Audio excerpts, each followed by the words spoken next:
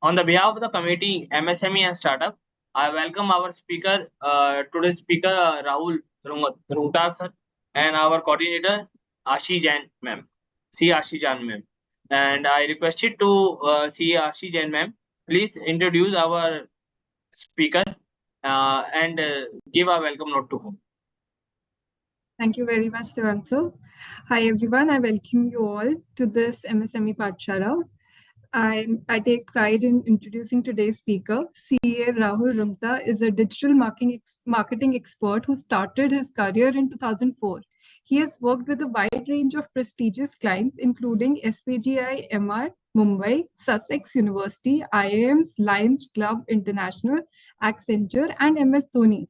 Recognized for his influence, Rahul Sir has been featured in India A-listers, Impact Digital Power 100, and LinkedIn Power Profiles. As a frequent speaker, panelist, guest professor, and trainer, he has educated over 3,000 students in digital marketing over the last 8 years.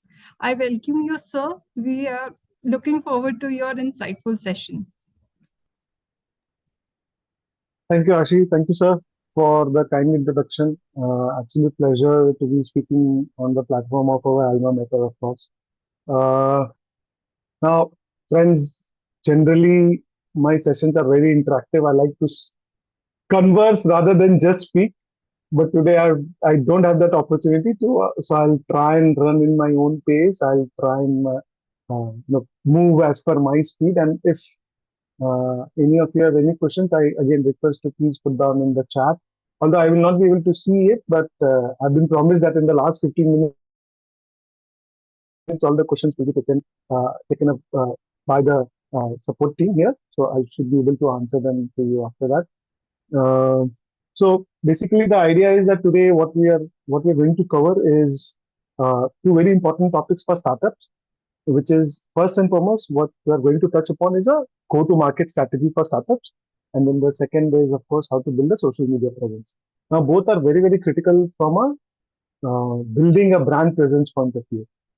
A couple of things which I would want to highlight here. I'm assuming all of us are chartered accountants, so we have chartered accountants as our startups as our customers, or either we aspire to be a startup ourselves.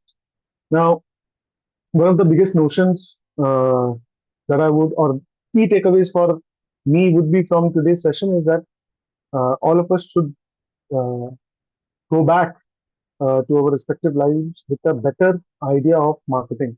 Now, sadly, our education system and the system in which we have grown up is such that marketing is considered as a sort of a negative term, right?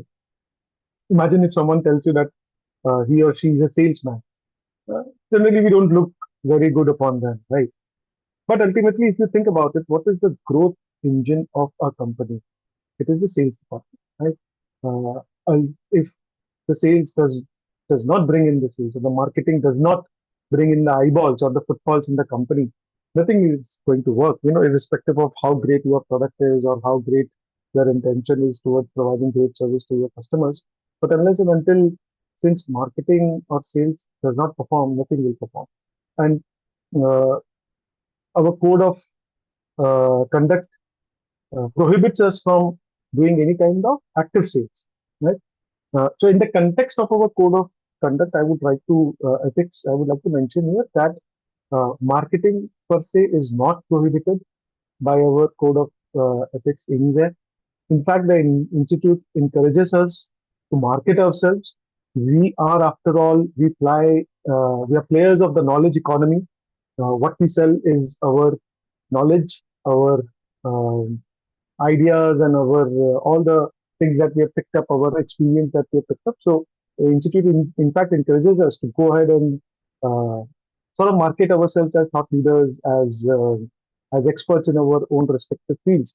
Case in point, the webinar here. So, for example, the institute is of course portraying me as an expert in the field of digital marketing and go-to-market strategies, and hence I'm conducting this session.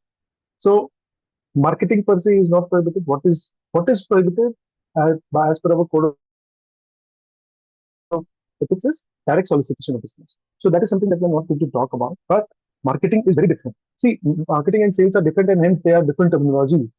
To a non finance person, finance or accounts may sound the same, but are they the same? We know that it's not the same, right? Finance is different, accounts is different. Similarly, sales is different and marketing is different. So what I'm going to focus today primarily is the marketing bit of it. Marketing is a larger, all-encompassing strategy uh, thing, strategy perspective. Sales is to the point, focusing on a particular set of transactions. That is what sales focuses on. In a sense, if I can go back to our initial accounting principles, not every event is a transaction, but every transaction is an event. Similarly, sales is part of marketing. Marketing is also sort of part of sales, but sales is a small part of marketing. Look at it from a point of view of a restaurant. When does this actual sale happen? Does the sale happen when a customer walks into the restaurant, or does the sale happen when the customer bills, asks for the bill? But imagine, when does the marketing happen? Does the marketing happen when the customer is deciding which restaurant should I visit?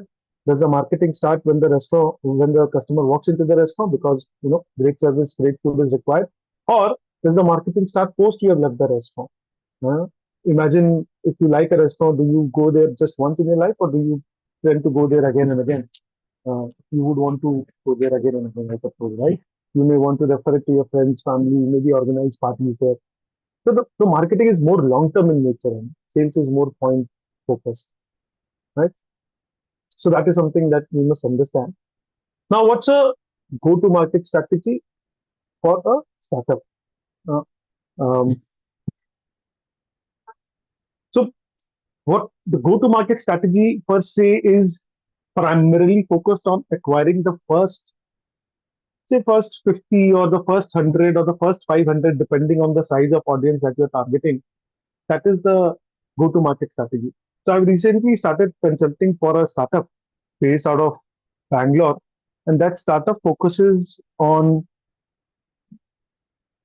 religious aspects of people. So you are not able to go to a temple, but you can, for example, open up that app. You can see the live feed from the temple there, maybe order a prasadam from there and receive it in half an hour, 45 minutes, and then you can be on your way to office or something like that. So for them, go-to-market strategy is not limited to acquiring the first 50 customers, but maybe the first 5,000 customers, because their user base that they are targeting is around 2 lakhs over the next 1 year. But similarly, there can be startups which are hyper-focused and hyper-specialized across the globe. Again, there is another startup that I am consulting for.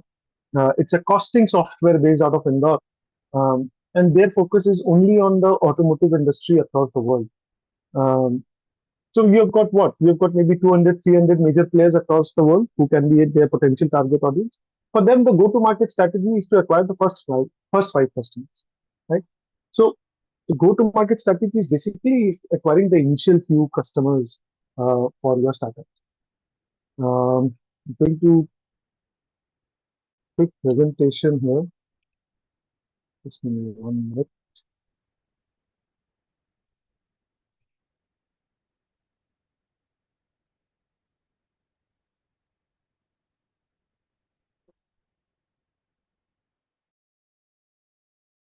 So I hope my screen is visible. Sir, is my screen visible? Yes, sir. Yes, sir, it's visible. Okay. It's visible. Thank you. Thank you, sir. So, this is not the PPT that I wanted to share. Just give me 1 minute.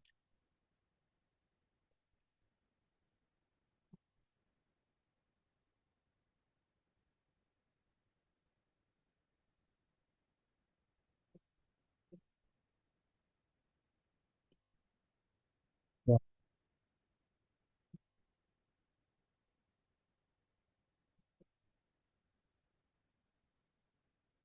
So this is the PPT again. I hope my screen is visible. So what is the go-to-market strategy?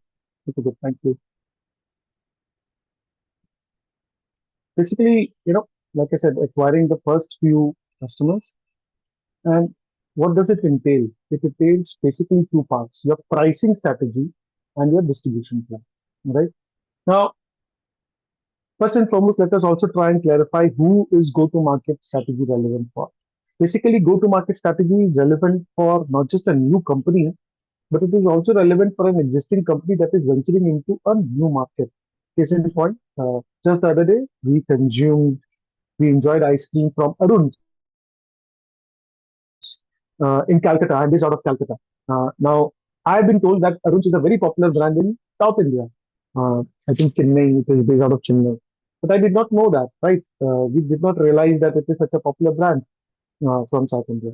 Now, Arun is trying to break into the East Indian market because it has sort of consolidated its position in the South and maybe the West Indian market. I'm not really sure. But in East India, they are competing with the likes of Quality, they are competing with the likes of Amul and few players like that. So they are tapping into, it's an existing firm which is going into a new market. They will also have to have a go-to-market strategy. So there can be go-to-market strategy can be for multiple companies, multiple type of companies, and not just necessarily for startups. So a new company coming on the block, they will have to have a go-to-market strategy. An existing company trying to tap into a new market, they will have to have a go-to-market strategy.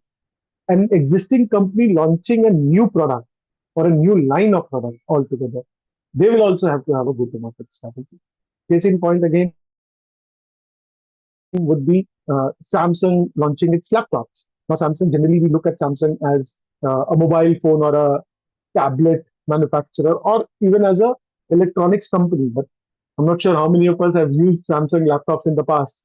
I'm sure we have used Samsung decks, screens and keyboards maybe, but we have not used Samsung laptops in the past. So Samsung, when it's launching its new laptop, they are launching a new product in an existing market where they already have some kind of a leadership position. They will also have to have a go-to-market strategy. Now, what does a go-to-market strategy entails? As you can see, there are two basic points here.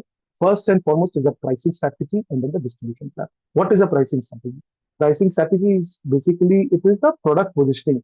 Whether my product will be regarded as a premium product, a mid-tier product, or an entry-level product. Getting this definition is very, very important, right? Because whatever impressions you create first, first impressions last, so whatever impressions that you create, you will always be branded with that particular impression all the time. Classic example is, peace be upon him, Ratan Tata ji passed away yesterday. But a classic example is Tata's. Tata's acquired Range Rover. They could have easily rebranded it Tata Range Rover, but they never did that. They did not dilute the original brand. Similarly, the Tata Motors brand, they could have rebranded themselves Tata Motor Range Rover or something like that. Their cars, all the new cars that the Tata brand is coming out with, it could have carried Range Rover memorabilia or insignia anywhere, but it's not. They've decided to keep both of them totally separate, right? Why? Because of the pricing strategy or the positioning strategy. Tata brand is regarded as an entry level, as a mid-segment level cars. Of course, with the new Safari, they are trying to position themselves as a premium level SUV brand as well. But primarily, when we think of Tata, think about it. When we think of Tata, we think of Tata Motors as competing with Maruti, competing with Hyundai, competing with the likes of Honda. But we don't think of Tata competing with the likes of BMW or a Mercedes, right? But Range Rover does. When we think of Range Rovers, we think of Range Rover as a brand that is competing with the likes of Mercedes, BMW, Volvo, and things like that. So the positioning of the product is very important. Will my product be regarded as a premium product? Will people aspire to spend extra to acquire my product or to have my product? So basically an aspirational value of the product, or will it be regarded as an entry level? Another classic example is an iPhone. Now, my wife used to use an iPhone 6 till recently. That iPhone 6 we bought in 2016-17 for, I think, around 25,000 bucks, right? Can you imagine getting an iPhone now for 25,000 bucks? You can't. That too, we got it on an Amazon sale, right? It's not like it was refurbished or second. It was a first-hand mobile that we bought on Amazon sale for 2025.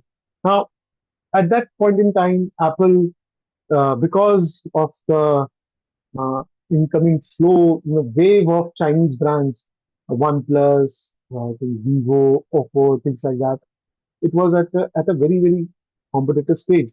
And they wanted to compete with brands like that. Hence, what they did was they tried to reduce the price such that because compared to if say you're paying the same price for an OnePlus or if you're paying the same price for an iPhone 6, they banked on the fact that people will choose iPhone 6. But then what happened was they realized that their niche market, which was already there, they sort of slowly and slowly they decided to move away from the Apple brand because they thought that was now everyone is using Apple, right? So they have since the launch of I think their iPhone 8, they have always kept the price at above 40,000, and 40,000 is also for their literally product that is going to last for 1.5 years, 2 years. Beyond that, they are not going to provide any support. All of their new launches, nothing will be priced less than 60, 70,000. And similarly, looking at them, Samsung has also launched a series of phones which are regarded as premium brands, right? Although Samsung, being the company it is, they have phones for every level, right? I think you can buy a 8,000, 10,000 phone, Samsung phone. You can also buy, I was looking the other day, there were some foldable phones which were priced at 1.5 lakhs or something. Good Lord, right? So they have been able to position themselves accordingly, that they cater to everyone in. So positioning, the positioning of the pricing strategy has to be very, very, very important. So this pricing strategy can also be something like, okay, say you pay $100 and you will have lifetime access to my software. A lot of companies do that, right? Go on a site called appsumo.com, right? Very quickly, with the permission of the organizers, I would like to quickly show you this because it's sort of a quick hack. So you can go on appsumo.com. Let me open it and then reshare my screen.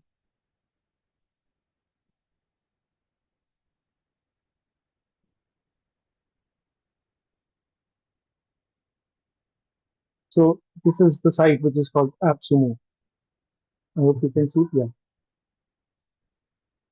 Now on AppSumo, there are quite a few products, recently launched product, existing products. They list, the products themselves list lifetime licenses. So especially for new products that have been launched, any AI-driven tool or anything else, there are hundreds of products here that are listed here, and you can get lifetime licenses just by paying once. So you can have your pricing strategy as let me quickly shift. Yeah. So you can have your pricing strategy that, okay, for my first 100 customers, I'm going to give them at a very small price, but I'm going to give them lifetime access. You can tell them that, okay, for the first few customers, I'm going to charge a premium. Case in point, any new television launches, right? So any new premium television that is launched, it is priced at a premium, and after a year or so, the prices come down drastically. So you can either decide that, okay, my first few customers, I'm going to woo them based on the pricing, right? Because if the pricing is very high, people will think that I'm a premium brand, and accordingly they will go for it, right? And then the distribution plan. So how are your products going to get delivered to your client?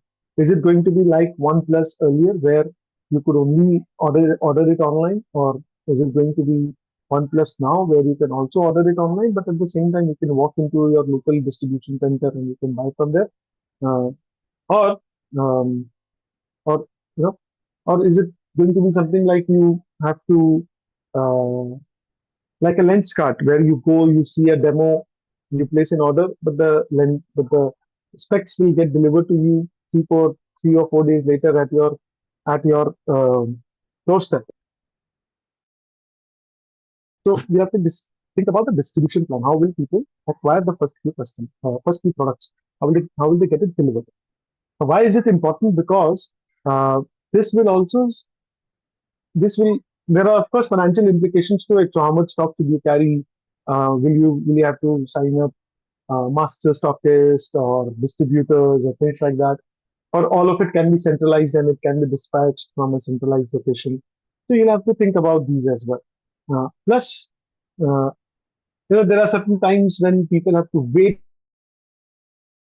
for a particular product. There is a fun in that, right? People aspire for a product for a long time, and once they're able to get it, and if it takes time to reach them, the excitement goes up. While there are other products as well where if you are not able to buy them immediately, there is no fun for it. So there is something called like in the moment, right? In the moment buying. So if if your product is such where pay the money, take it right away. If it is such where people don't have to think a lot, then you'll have to think of the distribution model accordingly, right? So these are the two very important factors that make up the go-to-market strategy. Now, what are the various aspects of the go-to-market strategy? First and foremost, of course, your customers, your markets, and your product, right? So these are the three major pillars of your go-to-market strategy. Now, what to sell? What are you selling? What is the basically what is the problem that you're solving? What is the pain point of your customer that you're resolving courtesy, courtesy your product or your service, right?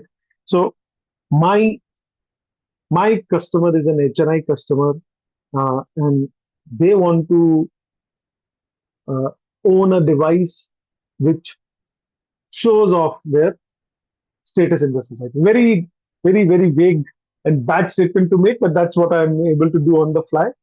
But so to address this problem of theirs, maybe I want to own a mobile that is very exclusive, which is pricey, and limited number of people can have it, right? Uh, so for that, I will launch an iPhone 16. Uh, I don't know what 256 GB, whatever, and it's priced at more than 1.8 lakhs or something like that. Please correct me again if I'm wrong. I'm not really an iPhone fan, so I don't really keep track of the pricing. But that's what iPhone does, right? So what is the problem? The point is that whenever you are launching a go-to-market strategy, you must always be able to answer that what is the problem of this customer that you're solving through your product or your service. That has to have, you'll have to have complete clarity on it, right? And then you'll decide how to sell, right? So will you do uh, sales via ambassadors, brand ambassadors, or will you do sales via agents, you know, commission agents?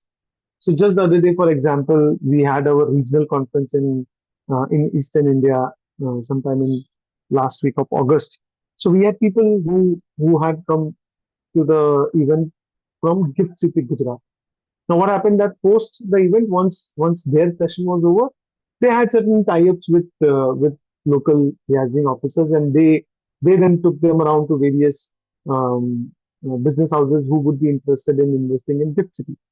So that's one way of approaching your customer. The second way of approaching your customer could be through digital marketing, through local distribution. So you'll have to then decide, okay, how I'm going to sell my product, and then of course where to sell, right? So will I have to go to a shopping mall to buy the product, or do I have to log into an Amazon.com to buy the product? So where exactly how I'm going to sell my product? So these three questions must be answered. The moment you are able to answer them, you have your go-to-market strategy there. And that's it. That's how simple it is.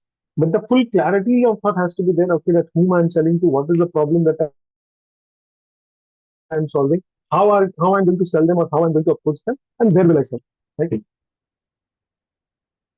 Now, go-to-market strategy consists of various parts, right?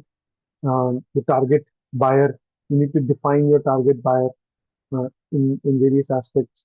So are you going to cater to specific industry, or are you going to cater to all the industries?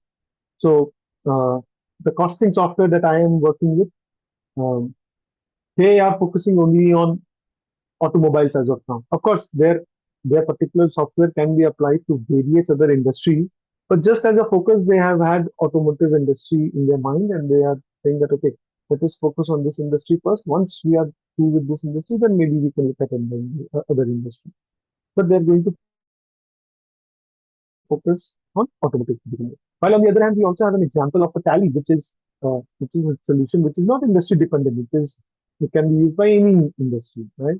So whether you're going to be a industry specific product or service, or whether you're going to cater to any or all the industries, again, what what is the problem that you're solving, that has to have be answered.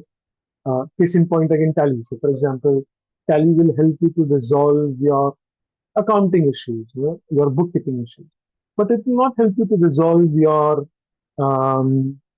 finance needs, right? So Tally, for example, although it has that section, I don't know how many of us use it, but various ratios, various analysis, it doesn't help me with my valuation, things like that. So you'll have to think of the what your customer can have multiple pain points, all similar, all may be aligned, but whether you want to help them resolve all of it or a bit of it, right? So that is something that again you'll have to define the buying process, right? So is it going to be simple? Just walk in, try out a demo, and buy it, or just go online, watch some, see some photographs, and then order it from there.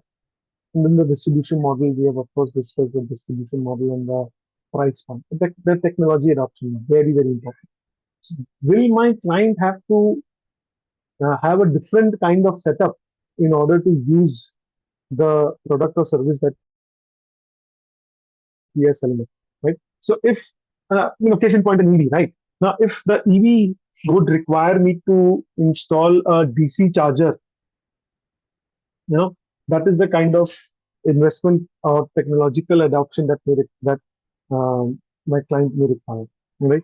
Similarly, say imagine a Tally asking you to create and have a totally different setup when it comes to using their software. As of now, they don't, right? You can use Tally on any desktop or any laptop, right? So we'll have to decide, okay, whether the customer will have to have some kind of a technology adoption going along with the installation or the usage of my service or my product. And then the size of the organization is, of course, something that I have to define, whether my solution is for MSMEs or my solution is for large corporates. This is something that you have to define. So all these will help you to define your go-to-market strategy. Cool. I hope so far so good. If you have any queries, please keep sending it in the chat. I can see it, but hopefully in the last 15 minutes, I'll be able to take them up. Now, very, very important. So people who are from the world of marketing or who have done a little bit of marketing, they will be able to understand what's the difference, what is product positioning and how is it different from go-to-market. Now, go-to-market is, again, like I said, is a very, very specific time-bound activity, maybe for the first 3 months, 4 months, or maybe just half a year. Product positioning is long-lasting, right? Once you have created the positioning for your product, it is going to last forever, right?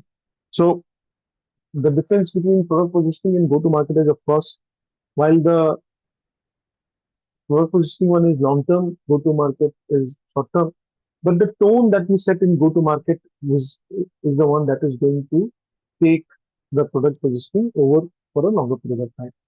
So if at the go-to-market stage you define your product as a entry level or a mid-level product, that is what it is going to stay. But at the onset, if you position your product as a premium or a specialized or a hyper-focused product, that is what it is going to get associated with. Now, again, another case in point is Buddhi Tally again. Now, if you go to any large organization and you tell them that Tally is your ERP, in fact, they launched a product called Tally ERP. But how many people actually substituted a SAP or a Oracle or any other ERP software that is out there in the market with the Tally? None, right? Because the positioning has been such that Tally is going to help me with my bookkeeping, with my compliances to a little bit of extent, and primarily with preparing my financial statements and things like that. So their product positioning has been such that they are not regarded, even if they start calling themselves as Tally ERP, they will never be regarded as an ERP, right? And again, I'm not sure whether it was a full suite ERP as well, whether Tally was right in calling itself Tally ERP. So that's what product positioning and go-to-market is. That's what the difference lies. But then again, like I said, the first impressions you create, that is going to last with you for a long period of time. Now, as a startup, whenever you're launching your product, this becomes very, very important, right? So again, if I go back to the earlier slide, and this becomes the most important point, right?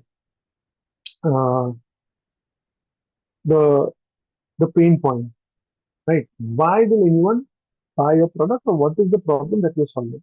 So, and accordingly, your USP of the product will be defined. So, is the USP about the feeling of premium product, or is the USP about convenience? Big basket and all those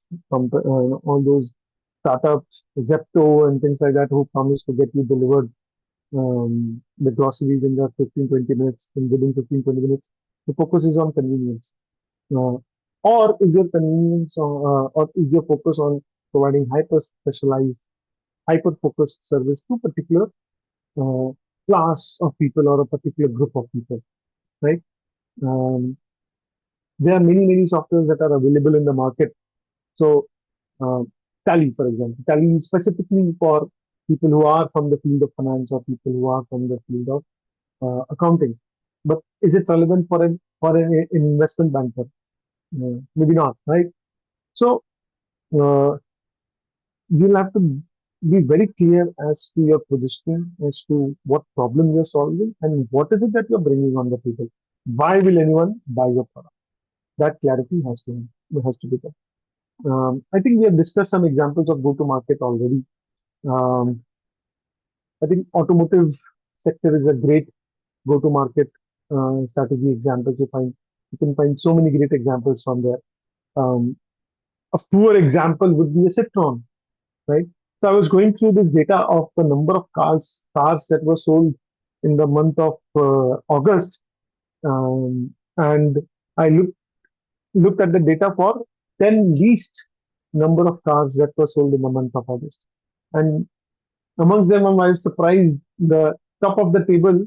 So Citroen had one sales of a particular car that they have in the month of August. Across India, just one car was sold of that particular series or of that particular type. I think it was a 35 lakh car. Now, when you look at Citroen, I just give me 1 minute. Yeah. So if you look at Citroen, you generally regard Citroen as a uh, lower middle class level in terms of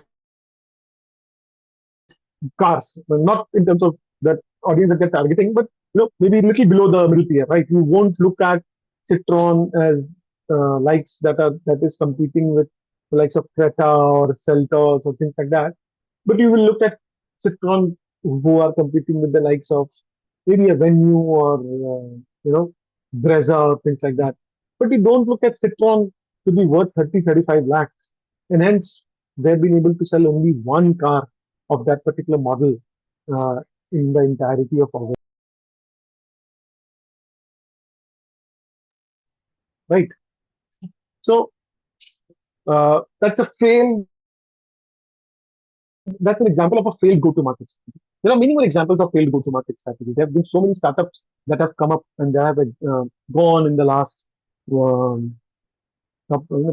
years that the count is innumerable.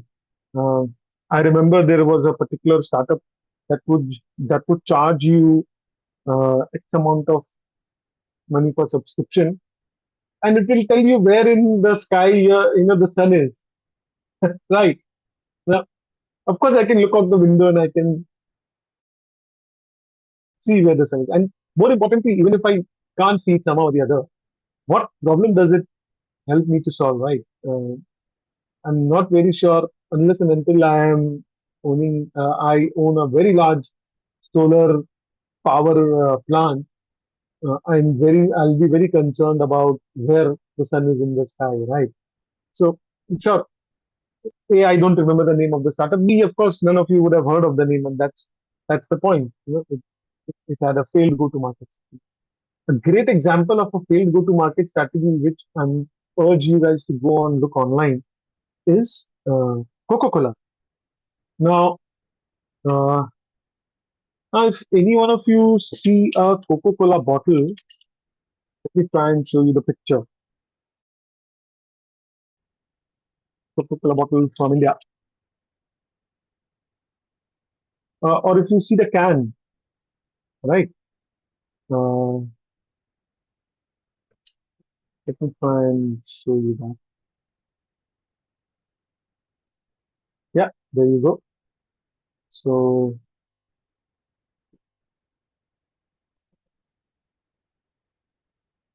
let me try and show you guys just in 1 minute. Yeah, I hope you guys can see my screen. You'll see Coca-Cola, right? Now, have you ever wondered why Coca-Cola carries this original taste? Are you guys able to see this? They've got this original taste written here. Similarly, if you look at any of the can, look at this one.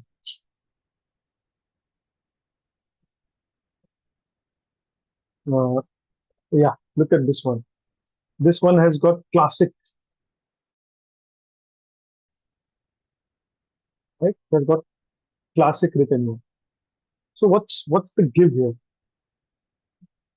So the give is that back in the 1980s, when there was not in India, of course, because India did not have Coke and Pepsi back then. But back in the 1980s, Coca-Cola came up with a new product called New Coca-Cola, right?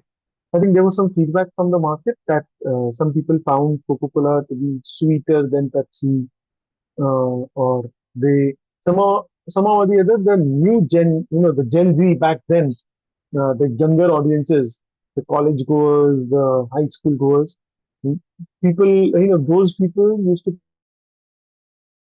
prefer Pepsi over Coca-Cola. Is that we found Coke to be slightly more sweet or something like that. So Coca-Cola came up with a new product called New Coke. Right, go and look it up. It's a tremendous case study. Now, what happened that once they launched New Coke after a lot of investment, after a lot of fanfare, maybe 2 to 3 years of hard work put into it. So once they launched it, uh, Pepsi came up with a new campaign that, hey, we made them change their brand, right? Now, what happened was that Pepsi claimed all the credit for, and very smartly so, that we had made them change their taste because earlier their taste was not as good as they claimed it was, right? But what it did was that the Gen Z still did not consume new food because they thought Pepsi was better, because Pepsi made them change, and hence it was sort of a revolt against the corporate America, the capitalism, things like that. So they stuck to Pepsi. What happened in the process was that the regular audience of Coke, they got very offended that what is this? Was we have changed the taste? It's not nearly as good what it was earlier. So they were losing their core audiences. And hence, then Coca-Cola relaunched the original Coke, and they called it, original, or original taste and things like that. And slowly but surely, New Coke was discarded altogether. It was in the bin. Hence, we don't see New Coke around anymore. So that's a classic example of a failed go-to-market strategy, that they did not think it out. The positioning of the pricing, that did not appeal a lot to the audiences. So that's it as far as go-to-market strategy is concerned. I hope I've been able to give you a little bit of clarity as to why it is important to have a go-to-market strategy. Now, quickly before I move on to the other aspect, why as chartered accountants we must be aware of go-to-market strategies or how to build a social media presence for a startup. See, because if we are consulting a startup, then we must have all these ideas with us. We can't be uh, we can't say to our clients that we don't know anything about that stuff. The client ultimately relies on us for our expert opinion, for our guidance, for our consultancy. And if we don't know anything about these terms, go to market and how to build a social media strategy, it does not argue well for us, right? So hence the capacity building from the institute's end, that at least even if you're not an expert in this, if the client hires an expert, uh, or an acclaimed expert in this field, you should be able to understand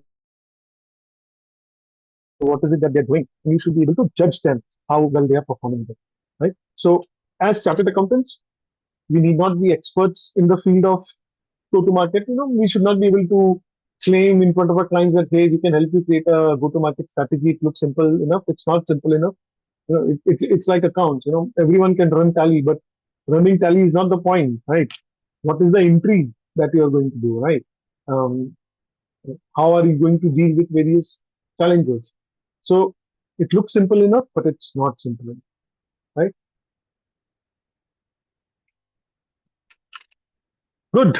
So I hope you all enjoyed or are enjoying the session so far.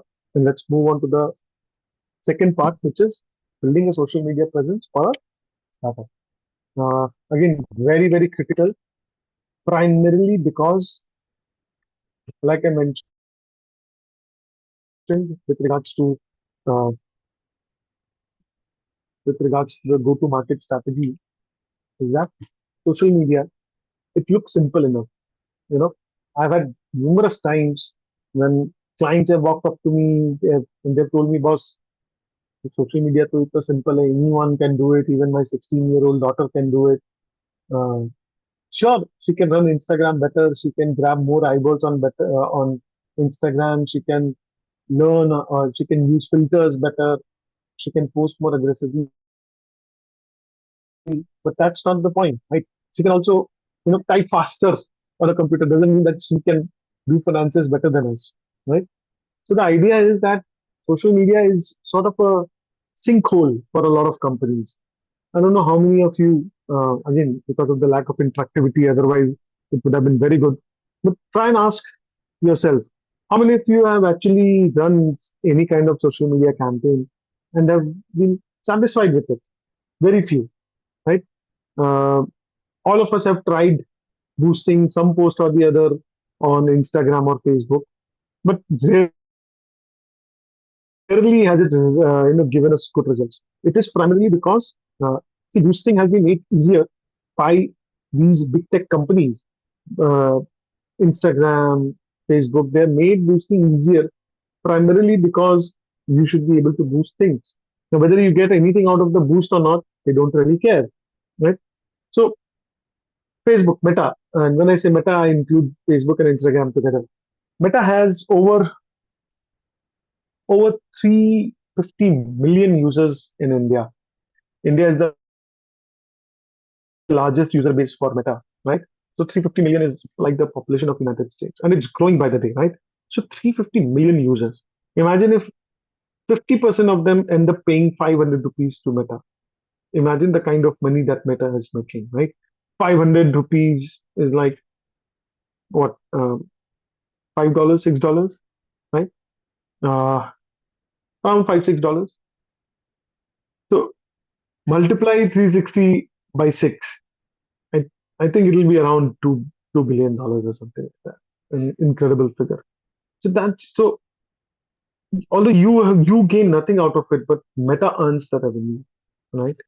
So uh, the idea is that something is easy doesn't mean that you can do it.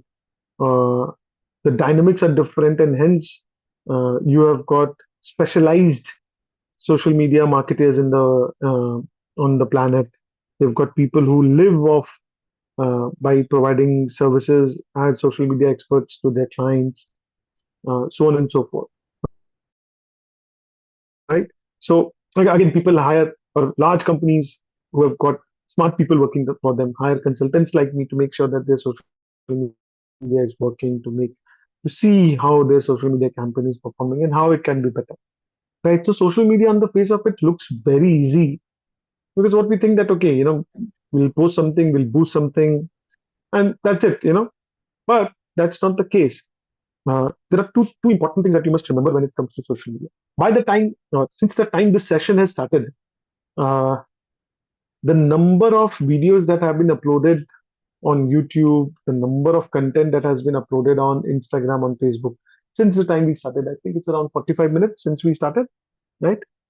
Yeah, exactly 45 minutes. So since we have started, the number of content that has been uploaded on social media is so huge that if we spend our entire lifetime, we'll not be able to consume that content. So content in just 45 minutes. I'm talking about just the content that has been uploaded in the last 45 minutes. So if that content we spent our entirety of our remaining lifetime consuming it, we will not be able to complete it. So the number of content that is going up is massive, right? There was a study which was done in the Indian context by one of these large research organizations. I can't really remember it, but they mentioned that in the 1990s, and people who are 1990s kids like me they'll be able to associate it much more. In the 1990s, uh, an average person would get exposed to 15 brands on a daily basis. Today, that number stands at a staggering 1500. So there were 15 brands who were vying for your attention back in the 1990s. Now that number has shot up to 1500. So the number of content that is getting uploaded is massive, is huge, right? It's like the huge tsunami wave that we saw in Interstellar, right? I don't know how many of you have seen the movie. If you haven't, please go and watch that movie. Great movie, right? So, uh, A, the number of content that is getting uploaded is massive. B, the number of companies or number of people that are vying for your attention is going up massively, and more players are getting added to the list every day. And second, most importantly, is our attention spans are now reducing. The more we scroll, our attention spans are going down. Um, I'm sure all of us who are parents can very well associate with the fact that our kids can no longer pay attention to things like we did when we were young, right? Primarily, it is down to the nature of social media, the ability to scroll. And again, there are people like me. So I think post lockdown, I went to see five, six, no, not even five, six. I think 3 to 4 movies in the cinema hall, and for each one of them, I could not uh, sit there and watch it. But again, because during lockdown, I got into the habit of skipping 10 seconds, jumping, watching at 1.5 or 1.25. Uh, so I watched Pathan in 45 minutes. Right, that's the speed with which I now watch movies. Now, although I don't think so more than there was anything more than 45 minutes worth of matter in that movie. So pun intended to all the Shah Rukh Khan fans out there. But I've lost patience of sitting in a movie hall and watching the movie go at its own pace. Why? Because I have got used to watching movie at my own pace, right? So the attention span of people has gone down massively, right? So there are two things to it, like I mentioned: huge number of content, huge number of people vying for attention. B, attention spans reducing. These two present a very unique challenge uh, for our social media presence. That it looks easy, but it's not, right? Uh, so there has to be a lot more strategy that needs to be put in, a lot of thinking that needs to be put in, a lot of planning that needs to be done before you are able to launch a social media campaign.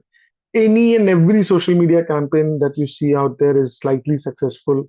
Of course, the successful ones included, but even those who are slightly successful, all of them now require you to uh, plan well, execute well, and implement well as well, right? So, uh, so those are few things that I'm going to discuss. I'm not going to tell you how to post on Instagram, right? I just recently signed on Instagram, although I've been using since the Instagram since 2014, but that was in a business capacity, right? Trying to see the various analytics of my clients and all, but I've never used it. Even now, I've just signed up on Instagram because um, I think I wanted again for a particular client of mine, I wanted to see few things, and their Instagram required me to sign up, and hence I've signed up. I think without taking any offense, I think the likes of Ashik and are far better trainers of Instagram than I am, right?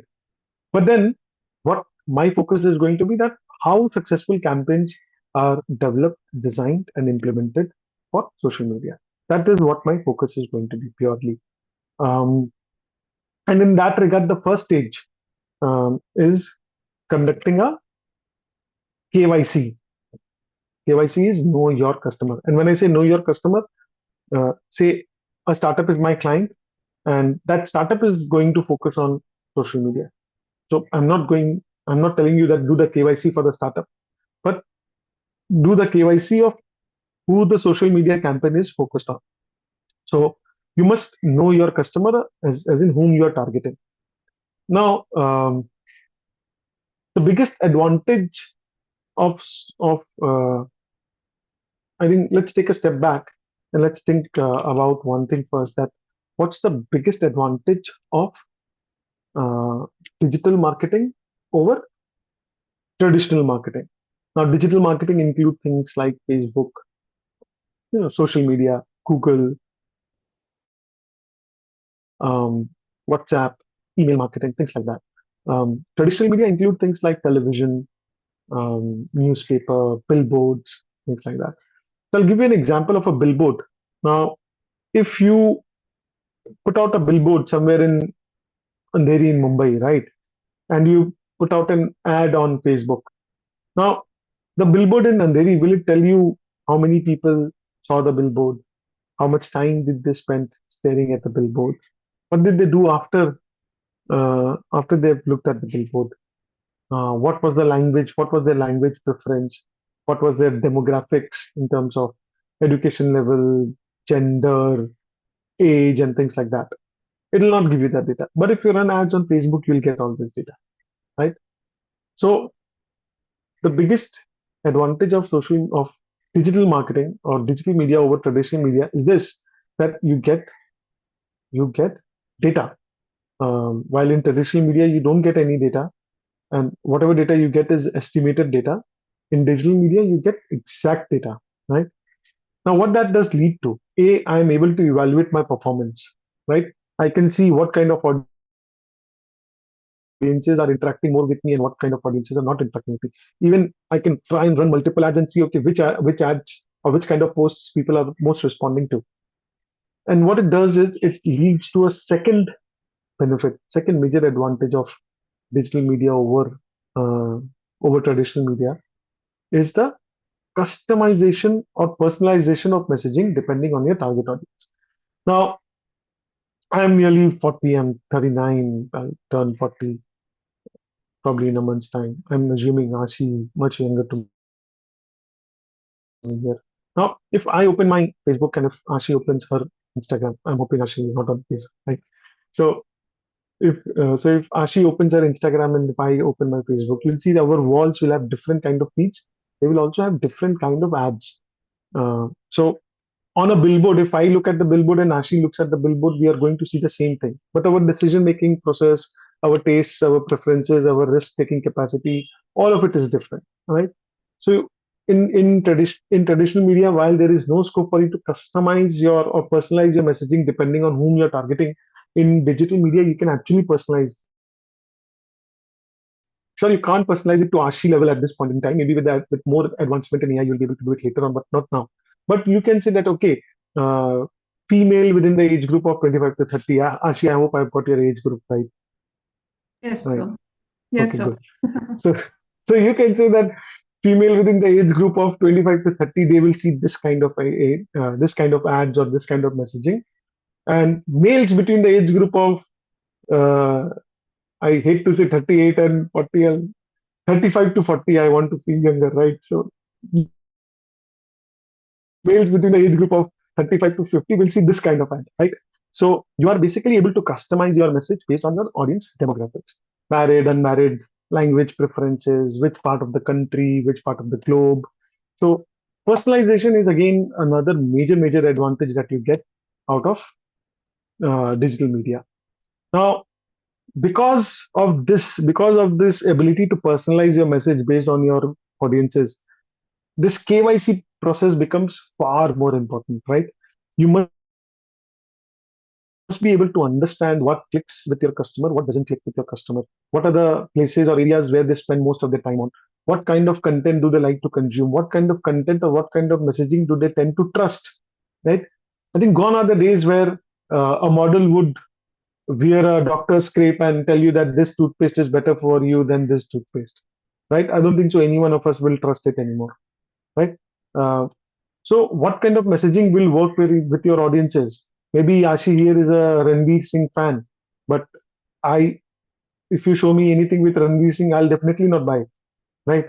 So, you know, you will have to decide that, okay, what kind of things will click with your audiences and what will not click with your audiences, or what kind of things will click with different kinds of audiences. So this personalization is important, and how will you figure this out? So there's a particular process, and it's been around for a long period of time, even before the age of digital media.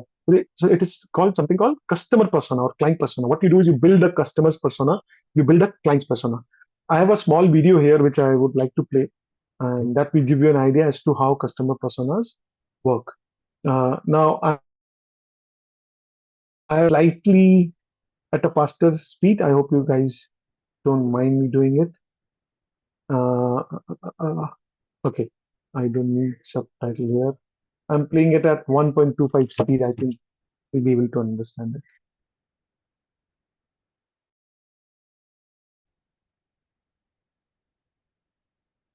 Now, once I play the video, please do let me know if you are able to hear the sound as well. We will understand how to create buyer personas. Actually, is the video voice audible? Yes, sir, it is. Okay.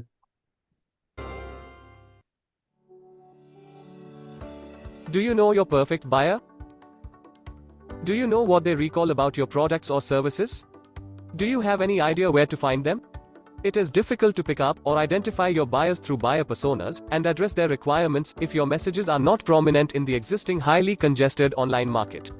Consider a buyer persona as a fictitious illustration of your perfect customer. Based on customer demographics and behavior, personas are created along with your own understanding of their motivations and challenges.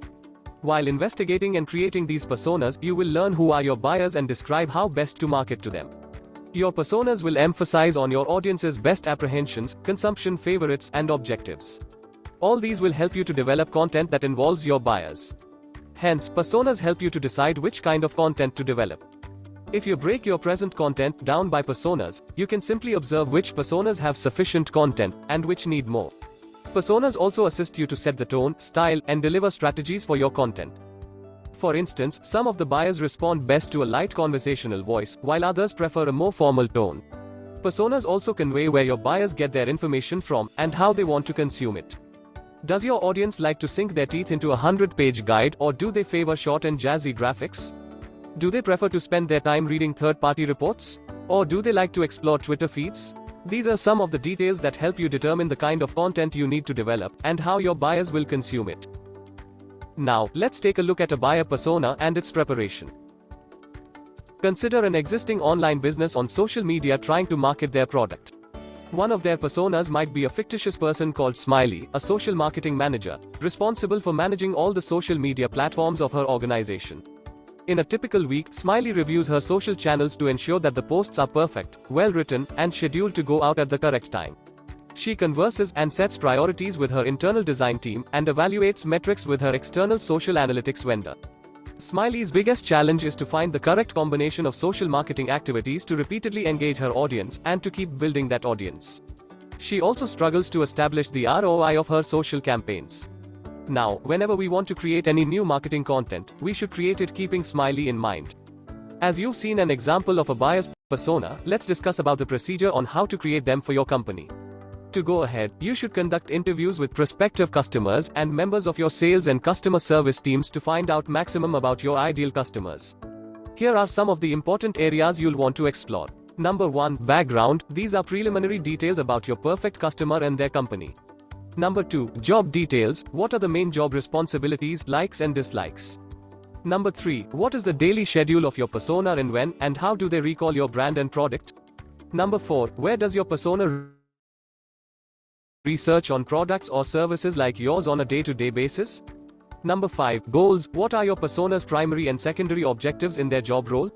Number 6, challenges. What are your persona's challenges, and what emotions complement those challenges? Number 7, how does your persona prefer to consume content, or on which platform is the persona most active? Now that we have conducted our interviews, we require some additional details to create the persona of our ideal customer. What are the quotes from your interviews which can be used to bring your personas to life? What objections do you anticipate from your persona during the sales procedure? What role does your persona play in the overall decision-making process? Are they an influencer or a decision maker? What kind of messages speak directly to your persona? Once you've gathered all the answers to these questions, you can convert the data into a story. Your personas will be fictional, but the more genuine you can make them, the more operational they will be for your team. Adding the first name and a photo to your customer's persona will help bring your personas to life for the team. Here's another buyer persona we can assess as an example. This time it has been created by a company that markets a health fitness app. Elizabeth is a 40-year-old, single mother of 2 sons with an income of 15 lakh rupees per year. She manages a demanding, high-stress corporate finance job, besides looking after her 2 boys. She tries and stays active and maintains her fitness level. She relentlessly works 9 to 5 and then picks up her boys from school. She often logs back on in the evening to do additional work after her boys go to sleep.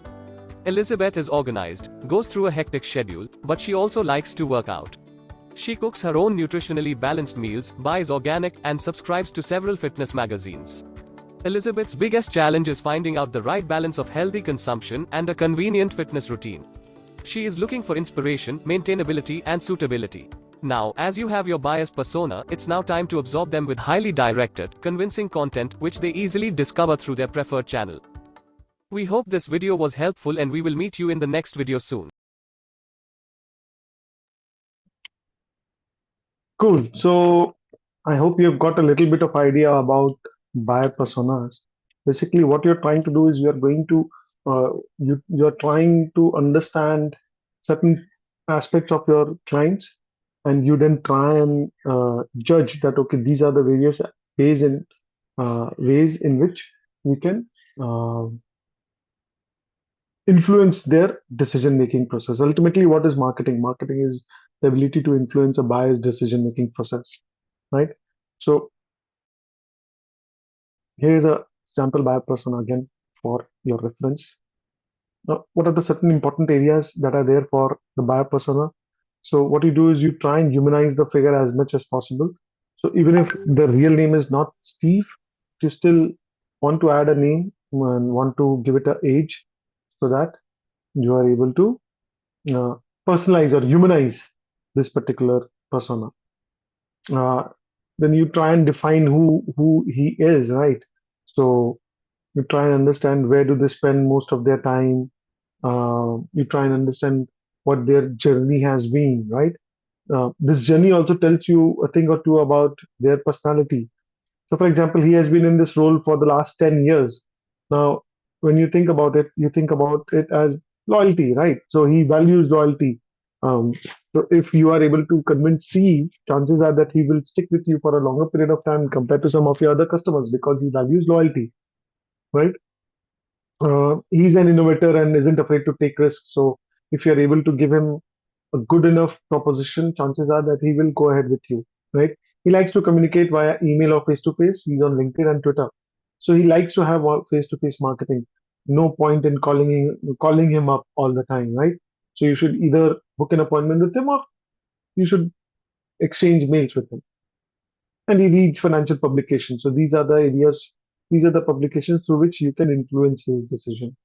So on and so forth. So what are his various pain points and things like that. So these are some of the things that you want to do with your persona, areas that you want to cover while building a persona. Now, of course, it sounds easier than it actually is building a persona, right? Building a persona is very, very challenging. And hence you don't see a lot of companies doing it. A lot of people will probably speak to a couple of their friends, family members, and they will try and form an opinion. But the idea is that the more personas you have and the more diverse personas you have, the better it is for you, right? So what you want to do is you want to segment your audiences into various categories: age, gender, education level, position, maybe financial status if that's important for you, uh, family status if that is important to you. So you want to break it down into as much segments as possible, and for each of the segment, then you must create a persona.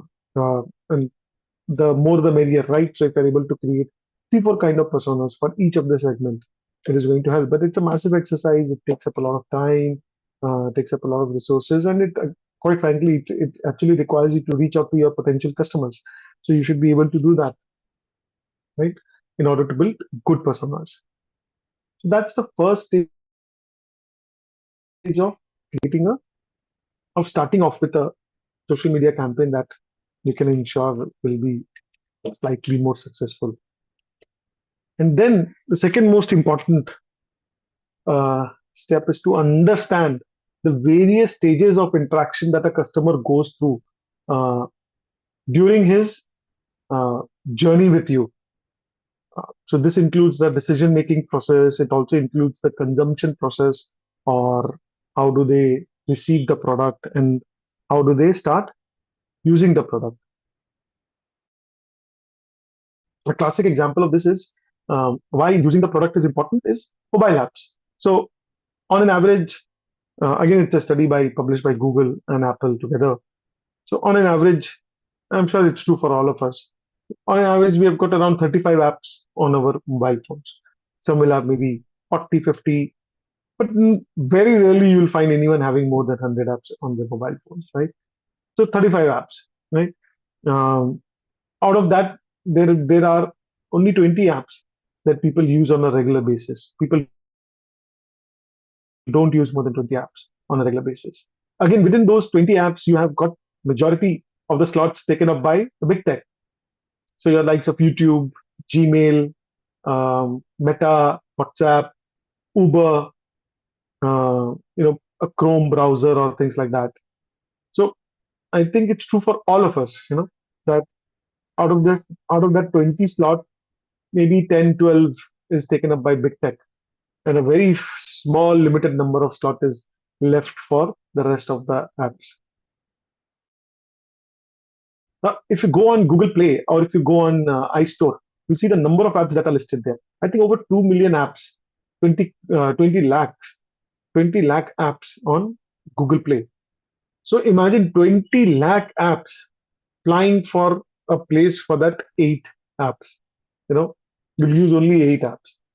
Now, so the game for the app industry is not just to get the installs, right? There is, even if you get the install, that is not a success for you. The game or the challenge for a app in the market is to make sure that people use them again and again. There's a term for it. It's called stickability. So how long do people use it? So earlier, for example, Facebook or Meta used to publish data of how many users do they have.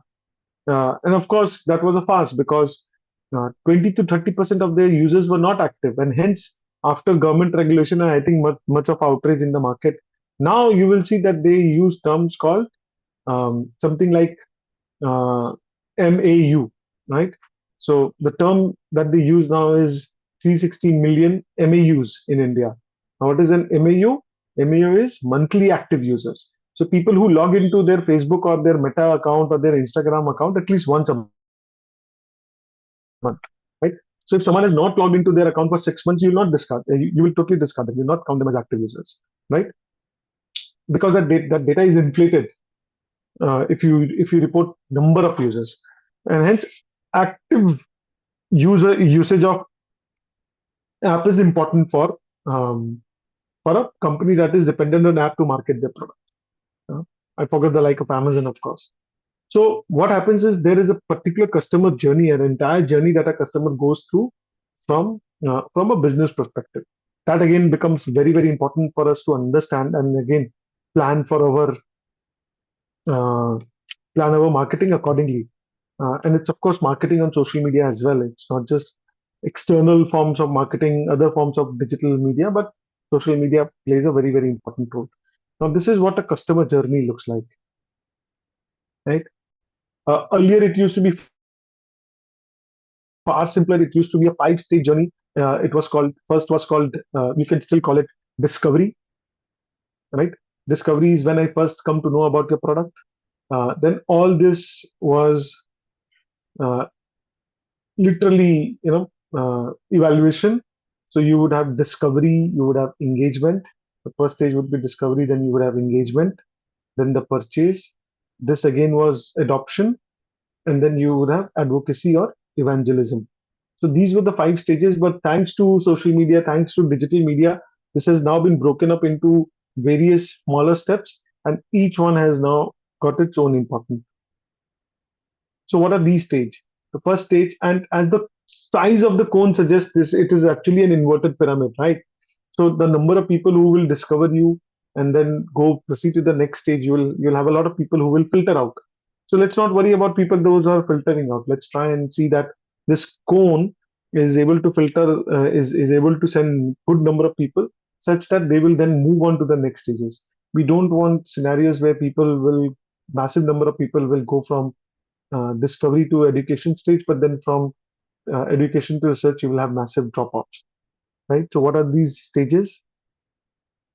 So first is engagement or discovery. What is discovery? That's when your customers get to know about your product or your service for the first time, right? So first time I saw your ad, or first time someone shares your review, first time someone shares your post on Instagram, or tells or recommends your business or your service to me. That's the first time. That is discovery. So the first stage is the discovery stage. That's when I first get to know about your product or your service. Um, I think I have sufficient time. Yeah, it's 10 past 3. Okay. Actually, you'll have to tell me when do I stop, right?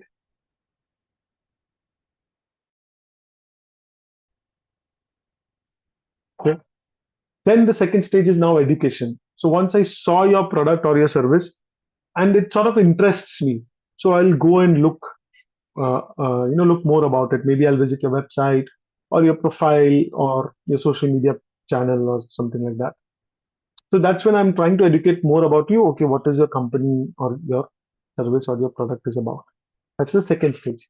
Then the third stage is the research. Then I'll do a little bit more research about you, whether you are the best fit for my requirement or not, right? Then I'll do a little bit of evaluation, maybe a demo call, maybe I'll call up the company and ask certain questions that I may have, things like that, or go through the FAQ section, maybe use the chat support to get some of my questions answered. And then what I will do is I will try and justify. How will I do that? I will try and look at the competition as well, right? And I'll try and evaluate your offerings versus and compare them with that of the competition. So it's like, again, going to the market and not just buying store from your products from one store, but you go through multiple stores before you decide, okay, which one is it that I want to buy, right? And then you try and justify it. Okay, what are the reasons why I should not buy it? And and if you think about it, this is the entire journey that every one of us covers, in our regular day-to-day activity, whenever we are buying something. Of course, for small things, it is not as pronounced, but if it is something like buying a car or a mobile phone or a house, then this becomes far more prominent, right? And then the actual purchase. So the experience of actually purchasing the product, how easy or bad it is. Do I buy it online? Do I buy it immediately, or do I have to wait, and things like that? And then adoption, right? So whether the product that I have bought or the services or the service that I bought, whether I'm able to use it or not, right? Uh, so suppose you buy a sofa for your home, but your door is not big enough for the sofa to go through. What do you do then, right? So adoption is important. And then the retention, that is again very important, that you are able to use the product on a regular basis. This is actually a very, very critical uh, aspect of the entire customer journey. Now, courtesy, like I said, digital media gives us all the data, right? There are a lot of analytics that are available with us. Now, courtesy digital media, you can actually see which of your customers have bought and are using it on a regular basis, and which customers are not buying it or using it on a regular basis. Many times you will see that companies will call you and ask you for feedback that, sir, you had ordered so and so product. So are you using it? Are you satisfied with it? Do you want any help uh, in using it, or things like that? Um, Apps will send you notifications. E-commerce companies will send you mails, things like that. So they will ensure that you are using their product, right? And then expansion. So whether you are buying more of it, whether you are upgrading your package, whether you are coming back to me with more of your requirements. See, if a customer comes back to you and asks for more, that means they are happy and satisfied with the service that you have provided them, right? And then last and not the least, of course, is advocacy or evangelism. So this is where people start recommending other people to you, right? Other their friends, their family members. They will go online and they will give a review to your product or your service, right? Uh, so that is where people go at the advocacy stage, right? Now, the idea is that your digital campaign should be such that it should not just focus on discovery, it should focus on each of these stages. And this is one of the biggest mistakes that people make. You know, when you clicked on the boost button, you were only catering to this particular stage that people will come to know about you. But you did not cater to any of these stages, and hence you did not get the yield that you were looking at. So all of these stages need to be put in place. Now, as a digital marketer, or if you hire a good digital enough marketer, people will be able to plan for each of this. What you do is you try and understand that, okay, once someone is at the research stage, what are the things that they will do? Will they go on Google? Will they go on my chat and ask me certain questions, right? Or when they are evaluating, what are the customers, what other competitors are they going to look at? What things is my customer, or sorry, is my competitor going to offer extra to my customers? So you try and evaluate all of these things, and then you try and see that, okay, I'm able to come up with content such that my content is able to give better impression on my customer. So imagine this: if I go on Google and search for best Android phones, right? Or if I go on Google and if I search for Samsung, I don't know, S73 versus Samsung, uh, I don't know the premium version, maybe S100, right? So what are the blogs that you get, or what are the results that you get? Can you control those results? Can you somehow or the other influence those results, right? So that is what you try and do. Um, so all for any campaign to be successful, all of these stages will have to be catered to. If you ignore any of these stages, your campaign will never be successful. So imagine an app which you have successfully installed but you did not use for the last 6 7 months. So that app has been successful till this stage, till the adoption stage, but it has failed in the last 3 4 stages, right? So that this is where you have failed literally as a digital marketer or as an owner of a startup.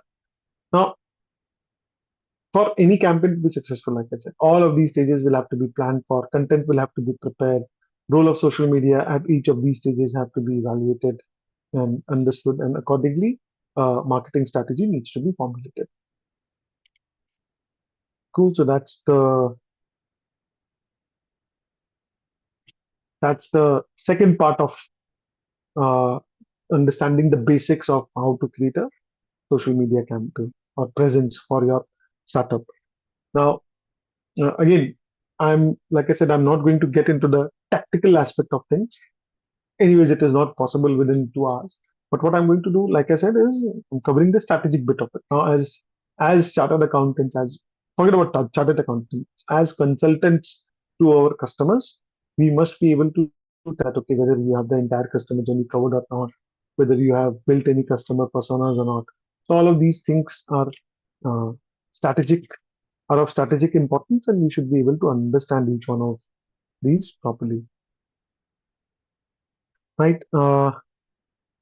Now let's look at a digital landscape so that you can understand what are the various things that are covered in a digital landscape.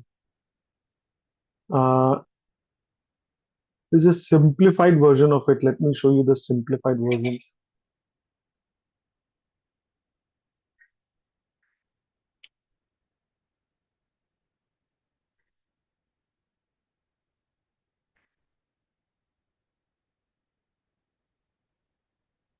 And I think all of us are mostly aware of these. What are the various aspects of a digital presence?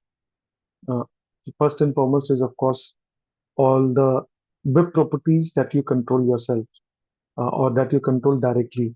So website, forums, if I may have. Forums are no longer popular, but you have chat rooms and things like that, that has communities, groups that are still popular. Um, Blogs and news portals, right? Social media profiles, all these things that we control directly.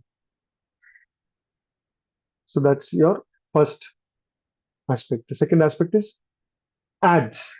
Now these can include Google ads, these can include social media ads. Why is it called PPC?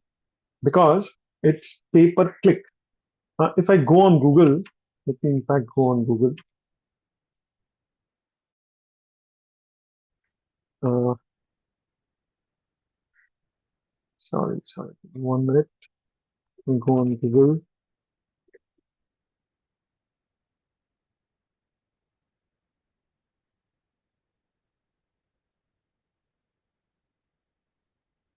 Right, I'm on Google. Let me search for bookkeeping softwares in India. Okay. Do I see any ads? Yeah, I see 2 ads. My Billbook and Zoho. Now, me seeing these ads, it is not costing these companies anything as of now, right? Uh, so imagine this: if you have put out your ad on a billboard, irrespective of the number of people uh, who see the billboard, or irrespective whether people see the billboard at all or not, you will have to pay a fixed rent. That's not the case here. You don't have to pay anything here. You pay to Google only when people click on these ads, and hence it is called pay per click. So Zoho has not paid anything to Google so far, but if I click on this ad, that's when Zoho will be required to pay X amount of money to Google. Similarly, if I click on this particular software, mybillbook.in, it's only when I click on this ad or any of these links, not just here, but if I click on any of these, that's when this software pays X amount of rupees to Google. That is what is called a pay per click.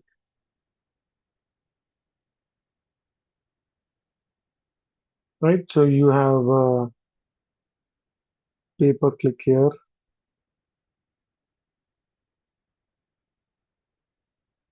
Right, so you have pay per click here. These will include social media, Google ads, social media ads. You'll see banner ads on certain websites. So if you go on to ndtv.com, you'll find lots of banner ads. And then there is something very interesting called affiliate marketing. Now, what is affiliate marketing? It is absolutely a boom for SaaS companies or e-commerce companies, any companies that sell products online. So what you do in affiliate marketing is you have got lots of bloggers, lots of social media uh, people who will come and sign up to be your affiliate.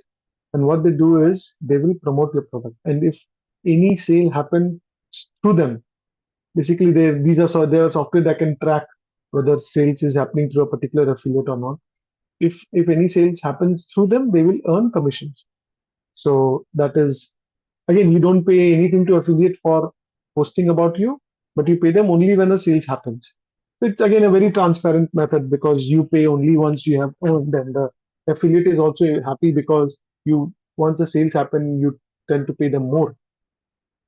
And then SEO stands for search engine optimization. It is of course getting your business or getting your website or your properties in Google top 10 for your desired keywords. Why is it important? Why is SEO important? Why am I even mentioning it in a social media section or a social media class? Because think about it, if you have to look anything, if you have to look up anything, which is the first source that you're going to visit? It is of course going to be Google, right? And when you go on Google, which results do you tend to click more? Is it the ads that you click, or is it the organic listings, the natural listings that come right after the ads? Are those the one that you tend to click? Right now, uh, only 10% of the people who search on Google actually click on ads. Right, remaining 90% don't click on ads. In fact, that's a very big pain point for Google. Why? Because Google, I don't have 2020 data, but I have got 2022 data. So in the year of 2022, Saudi Arabia exported oil worth $196 billion, right? Uh, India, India's IT export, all the IT services come put together, India's IT exports were around 200 billion dollars, right? So India exported more or earned more in IT services than what Saudi Arabia earned by selling oil, right? Google alone, Google alone earned $220 billion in the year 2022. So Google's revenue is more than, and this is just one company that we're talking about, right? Google's revenue alone is more than the entire IT sector of India and entirety of Saudi Arabia, what they earn by selling oil, right? And Google was second in the list of IT companies or online big tech companies in terms of revenue. The first on the list is of course Facebook, Meta, $240 billion in revenue through online ads, right? Now, imagine this: if 10% of the clicks is leading to $220 billion in revenue, what would 15% or what would 20% look like? And hence, it's a big pain point for Google. And because SEO is very important, so even if you're running a social media campaign, you're totally focused on social media, SEO has to be important because people will Google, whether they will Google your name or whether they will Google your competitor's name or your product's name or the services that you're offering. People will look up on Google before they make a decision, right? So hence SEO is important. And then of course you've got social media. So what do you use social media for? Do you use social media for just for branding and awareness? Or do you use social media to create some kind of an impression on your existing audiences? Not customers, but audiences, people who already know about you, or people who already engage with you. Do you use social media to create an impression on them? So social media is of course very, very important. The most important or the most popular form of content on social media now is video. So the more videos you have, the better it is for you, right? If I give you a large text to read versus if I give you an image to see, you will prefer seeing an image rather than reading a large text. But if I give you a video to see instead of an image, chances are that you would want to see the video. So if a picture is worth 1,000 words, a video is worth 1,000 images, right? So hence social media is of course important, and it is an important part of the entire digital marketing ambit. And then you've got email marketing, right? So promotion, newsletters, things like that. Email marketing is again a very, very popular form of marketing. Please don't discard that. Uh, People, of course, don't like to see spam. So if you spam people, it's not going to work. But if you email people, ask for them to subscribe, and then once they subscribe, then you start sending out emails to them. And if you automate it, uh, again, like a journey, email will give you a very good return compared to social media. So that is literally the entire ambit of digital marketing. It's a digital media. Of course, it's a simplified form. There is a far more complex form which is there, uh, but I don't want to get into it, of course. But these are the major aspects of your digital presence. Cool. I hope you guys are enjoying it so far. So good.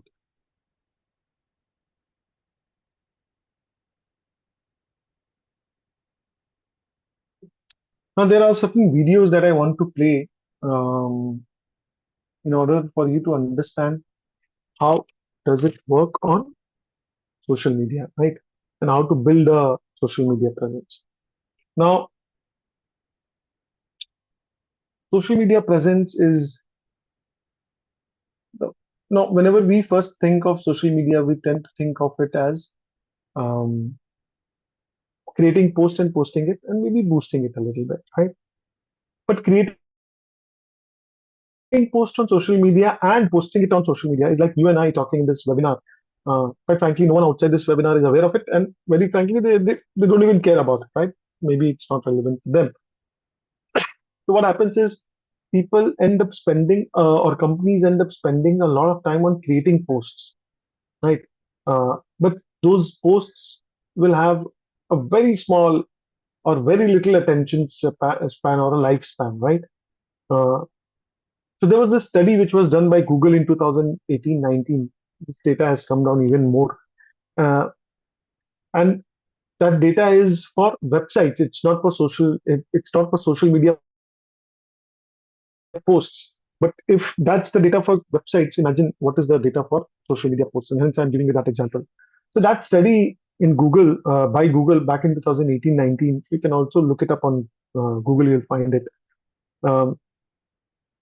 What was the average time that people would spend on a website? So the average time that people spend on a website, it can be any kind of website. It can be a regular website. It can be a website like Netflix, YouTube, any kind of website. Excuse me. So,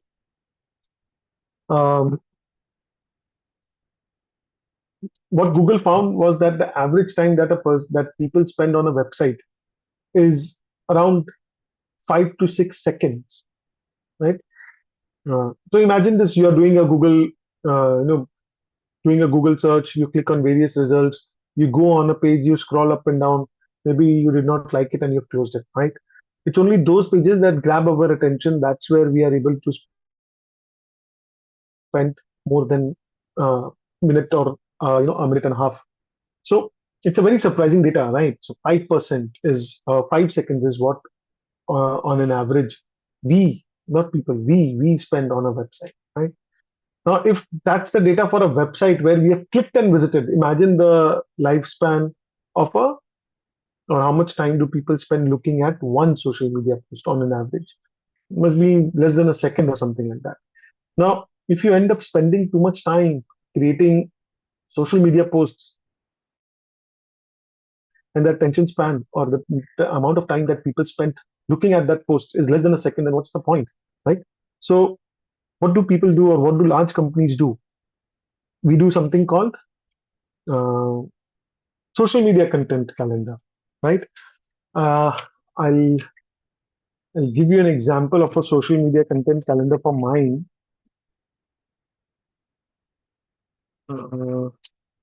Again, it's a sample.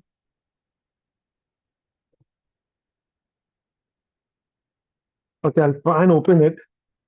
So what they do is they plan for a month's content well in advance, right? They will plan for a month's content well in advance, and they will create all the content at one go.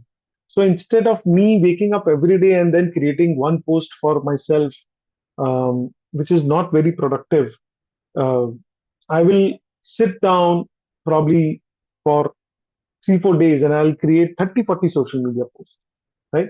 That is far more easier to do compared to waking up every day and then posting, like creating a post for that. What it also does is it allows you to plan well in advance, right? Uh,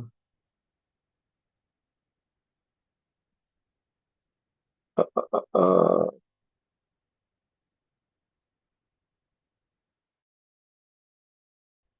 yeah. So this is a social media calendar of mine. Again, it's a sample calendar that I have created for my sessions, of course. So this is what the calendar looks like. So here, what you've got November 23, and what you do is you categorize your posts, right? You try and figure out what are the how many kinds of posts or categories of posts that I'm going to create, right? And so you classify it into 5 6 major categories, and then you plot it on a calendar like this. So you then plan, okay, Thursday, I think 6th, 7th, 8th, 9th of November. What is it that I'm going to post? Monday, 20th of November. What is it that I'm going to post, right? So you first plot it on a calendar and you look at the calendar and then you see, okay, whether you have got good enough distribution or not, right? So that's the first thing that you do. Second is, in the same calendar, you try and plot important dates for that month. So, how do I do that? all you need to do is you go on Google and you search for, say again, if you're doing it for November 24 instead of November 23. So I'll go on Google and I'll search for important dates for November 24, 2024, right? Look at this, I've got so many options here. I'll go with Jan Jagrosh, Jagran Josh, sorry. So it has got for the entire year, let's look for November. So look at this, and then I'll try and figure out which one of these is more important for me, right? So I hope you can see my screens. So for example, World Vegan Day, Diwali, All Saints Day, various uh, type of days that you are not even aware of, right? Armistice Day, World Science Day for Peace and Development, so on and so forth. Children's Day, so World Diabetes Day, classic example. Now suppose if I'm a health startup, right? Or a startup that focuses on healthcare, right? Now, World Diabetes Day is an important day for me. Now, if I wake up on 14th of November and then I realize that, oh, today is World Diabetes Day, I'll be able to do nothing. At best, I'll be able to just post about World Diabetes Day, right? But if on today is 11th of October, right? Now, if on 11th of October, I know that, okay, 14th of November, which is a month out, 14th of November is a World Diabetes Day, maybe I can plan a campaign around it. Maybe I can plan interviews on that day. Maybe I can start posting about diabetes from 1st of November and tell people that, okay, on 14th of November, when it is World Diabetes Day, maybe we are having an online event or an offline event, or if people want to get free advice, we are giving them on 14th of November. So idea is that if you are aware of well in advance that something important is going to happen on that day, you can plan for it well in advance. But if you wake up on that day and then you realize, oh my God, today is World Diabetes Day, you'll be able to do nothing out of it, right? So it helps you to plan your campaigns as well. So what you would do is you would take up important. So Africa industrialization, good Lord. But let's take, for example, Africa is an important market for me. So I'll take 20th November and I'll put it on this, put it here. So Sunday is 19th of November. So Monday is 20th of November. I'll plot it here, right? So for example, Tuesday, which is 21st of November is World Television Day, right? Yeah, there you go, World Television Day. How many of you knew that 21st of November was World Television Day, right? So the idea is that you are able to plot it on the calendar, and then what you do is once you have discussed this calendar with your marketing team, with your sales team, with the important stakeholders of the campaign, you can then, once this has been approved, the feedback taken and you've approved this, what you can do is now you can go ahead and start creating content. Now you know, okay, these are the kind of content that I need to create. And it will take you maximum 2 to 3 days at best to create a campaign, to create all the content, including video content, right? So this way you are able to create a campaign and create your content at one go, and don't worry about creating content on a daily basis. What you do next is, through various platforms you can schedule it, but you can also go on tools like buffer.com and you can use, again, I'm not recommending Buffer, but I use Buffer, right? So I like Buffer. There are tens of other similar tools. These are called social media scheduling tools. If you go on Google, you'll find the list. So social media scheduling tools. You find so many, right? Look at this. 16 top social media scheduling tools and things like that. You'll find many of them, right? I personally use Buffer. So what you can do is then you can go on Buffer, you can connect your properties, and then you can schedule your posts for the rest of the month. Now,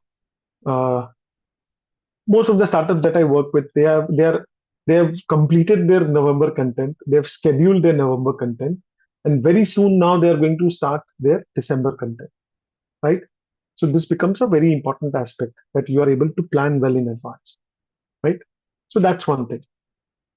Second, what it allows you to do is that you don't have to wake up daily and think about what kind of content I want to post. So that particular thing has now been taken care of. So if in a month you spend 5 days on creating your content, what do you do for the remaining 25 days? Of course, Saturday, Sunday, even if you exclude that, you'll be left with 17 working days. So what do you do in the remaining 17 working days? And that's where you can do the real activity, which is to increase the engagement of the posts, right? So you would want to reach out to more and more people. You want to engage with them. People who are liking or commenting your product on your post, you may want to engage with them. You can go on various groups and communities and participate there.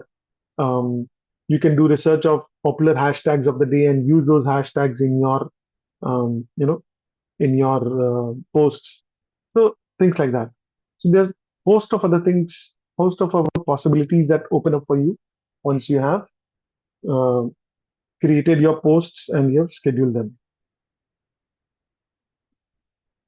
Ashi, how much time? How many questions? Are there too many questions or no questions? Whatever. There are 10 to 15 questions as of now. So let's take them up. I think that's it from my end. Of course, there are a couple of other things I would have wanted to cover, but I think it's fine. It's almost covered, sir. PPT. I'm almost done with my PPT. I think other some left you can cover. Okay, so there is one particular thing that I would want to cover as far as social media is concerned. Right. So there's something called attribution in the world of digital, right? And that is something that we should be aware of, and we should be very mindful of what It's is ethical. attribution. Sorry? Ethical. No, attribution, sir. Attribution. Okay. Yeah.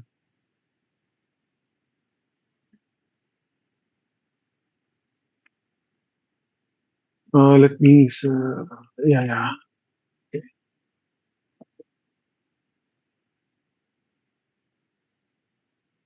So what is attribution, right? Let's quickly understand what is attribution. So as you can see here, there are various journeys. There are various journeys that a customer takes before they ultimately convert into your paying customer. And at every stage, they interact with you through different media, social media, email marketing, Google, things like that. So there can be various medium through which they engage with you. Now, what is omni-channel? Omni-channel is a mix of both offline as well as online. So I will interact with you maybe at an event, but I will then start following you on social media, and I will start receiving emails. Maybe I'll also receive calls from you. So all these things, basically, you are combining the best of offline as well as or traditional as well as digital media, and you try and get the best of both the worlds. Now, what is the challenge with attribution? Is this right? I think it's a great example. So look at this. This particular person interacted first, got a brochure or maybe saw an ad on television or newspaper, wherever, and that's where they discovered your product, right? And then maybe they went online, checked out your product, liked it, maybe added it to the cart, but then totally forgot about it. Then they saw your ad, maybe during a cricket match or whatever, or they heard your ad on radio and they remembered, okay, I had added that particular product to my cart. Let me go ahead and buy it. And then using their mobile phone or their mobile app, they will go ahead and buy the product.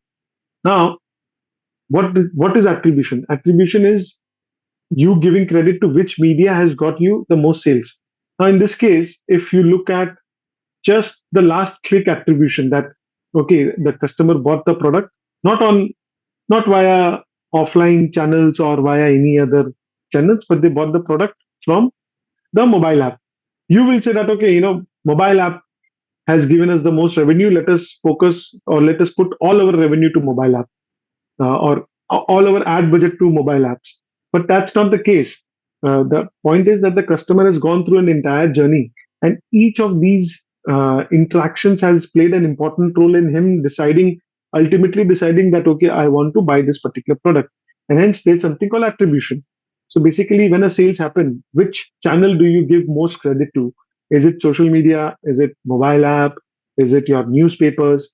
So this attribution things becomes very important, and we must be very mindful that we don't give all the credit where it's not due, but we should be able to give credit where it's due. So this is a very, very important thing that we must be very, very mindful of. So that's it from my end. Ashish, over to you. I was just waiting for you to complete the thing that you were continuing. Once again. Yes, sir. So we've received a few questions. The first one is, what is the common one thing that all successful go-to-market strategies have in common, and what is the most common mistake in this also? Common mistake, and what was the first part? Sorry. The first thing was that what is one thing that all successful go-to-market strategies have in common, and what is the most common mistake also in this, in the go-to-market strategies? Okay. So I think answer for the same answer is both. Although I can't, of course, speak for all the successful or unsuccessful ones. But for me, the most important factor has been the knowing your customer part. So what happens is a lot of times people who are successful, they have studied the market so thoroughly that they know that once I launch this product is going to be successful, right? But because they don't know the market, or they have studied the market wrong, or they've assumed things, hence the go-to-market strategy also fails. A classic example would be a Tata Nano, right? Why did a Tata Nano fail? Right? I think because of the tagline. Because of the Tagline. Tagline, no, more than the tagline. See, it is also understanding your customer. What Mr. Tata assumed that people are not buying bikes, or rather buying bikes instead of cars, is because of the price. But that was not the case, right? People are buying bikes for the convenience of it.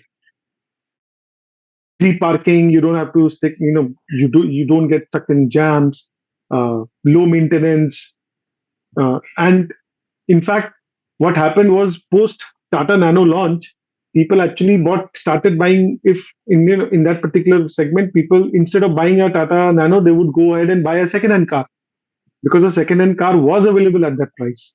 Yeah. So if the desire was to own a car, I could have owned a second-hand car. So it was not the need of a car, but it was the need of the convenience of a bike that people bought bikes primarily, right? So that's one thing. And second, again, which is a very important factor where customer or campaigns or companies do fail, is the packaging. I think how you package your product is very, very important, right? I must have the the pleasure of buying a product, right? That I have made the right choice. That has to come, right? And hence the packaging becomes very, very important. Imagine if you buy a product and it comes in a wonderful packaging with stuff that makes you feel great. And again, you buy a great product, but it comes in a very shabby packaging. Chances are that you will not enjoy. This happens with the luxurious products, that we want to keep the packaging also. Absolutely, absolutely right. So, so packaging is again very, very important. And most of the companies think that, okay, let us achieve a particular threshold and then we will think about it. But then you must understand which came first, the chicken or the egg. So will you achieve that threshold because of the packaging, or once you achieve that threshold, then packaging becomes important? So very, very important. The second question is that what is the best strategy for shortening the sales cycle? I in KYC. you know where you must know where your product, where your consumers spend most of their time. What are the things that they want to listen to? What are the things that they believe, right? For example, Ashi, 4 years ago, you would have trusted an online influencer, finfluencer, when it comes to investing in stocks. Will you trust them now? No, I probably trust on my knowledge more. Correct. So the point is that if I think that influencers are important, or influencers are important, maybe if I want to drive up the sales or prices of my shares, I will reach up to a particular influencer and ask them to talk great about my company. It will not happen, right? So the idea is that you must know your customer very well. Today I know that Ashi cannot I cannot influence Ashi through influencers. If I have to influence her, I'll have to go through different media. Maybe an article on in Economic Times, maybe an article by a renowned financial expert talking great about my company. That will influence her, and ultimately that will reduce the sales cycle, right? See, you must understand the customer journey. You must understand your competition, and you must ultimately at the end of it, you must understand the customer that मैं किसको क्या बेच रहा हूँ and why will they buy my product. Once that is clear, look at the sales cycle of an iPhone. What is the sales cycle of an iPhone? Nothing, right? Because they have understood the pulse of their customers, and quite frankly, they are looking at maybe 5%, 10% of the market share, and that's what they are content with. They don't want to go to 80%, and hence the strategy is clear, understanding of the audience is very clear, and their messaging to that audience is again very, very clear. By the way, please excuse me if I'm taking very large brand examples. So If you want me that's to take fine. MSME examples or small cases, I can also try that. The next one is that how do I know that I've chosen the right market? That's a slightly difficult question. Whether you have chosen the right market or not, even if you have chosen the right market, whether you have approached them correct or not, ultimately, if you आप जब तक पानी को छुएंगे नहीं तब तक पता नहीं चलेगा ठंडा है कि गर्म. So ultimately, you will have to figure it out by actually going to the market and doing the sales. This is again where there are many research companies that are there in the market. AC Nielsen being the biggest in the market, of course, the most expensive as well. There are many good Indian options as well. What you can do is you can employ them and they can do the research on your behalf. But a lot of times you can also get a Haryana kind of result where you think that X party is coming, but ultimately they don't come to the power, right? So unless and until you do your market research well, you'll not be able to figure it out. See, a good example of a good market research is, so I was looking at this short on YouTube, is the Kirana Ka Dukan. Now that uncle who sits at the Kirana Ka Dukan knows your family and your mom very well. And he already knows that, okay, what are the kind of products that he will buy once she walks to the store, right? So that's where he knows the market very well. So for example, if he knows that most of his customer base will go for a Rin soap, so irrespective of how much offer Ariel offers them, unless and until Ariel is able to convince them that their product is cheaper and better than Rin, maybe I'll give them 1:1 free, or maybe one sample free, or things like that. They will not be able to sell your product. So the the Kirana store knows his customer, knows his market very well, what works, what doesn't work. So you will have to have experience will tell you whether your study of the market is good or not. Ultimately, you'll have to do the research as well. And once you do the research, then you'll figure it out. Okay, sir. The next one is that is there any app or website which helps in identifying the buyer persona? I have not used any app or website. What I have used is I've used the likes of SurveyMonkey and the likes of Typeform, Google Forms to conduct surveys amongst my target audience to understand, what my buyer wants to, wants to see or feel in a product or service before they buy it, right? So building a buyer persona, the basis of it is conducting surveys, and tools like these will help you to make those create and easily spread those surveys around. What is most important again in surveys is the kind of questions that you ask, right? And hence it's an art form in itself. So instead of asking people which platforms are you most active on, and then asking them, okay, which ones do you spend most time on, things like that. So instead of asking them 2-3 questions, you can combine them in one question, and you can tell them, okay, how much time do you spend on average on a week on each of these platforms? So this one question will help you answer 3-4 questions at one go. that whether someone is active on YouTube or not, someone is active on Facebook or not.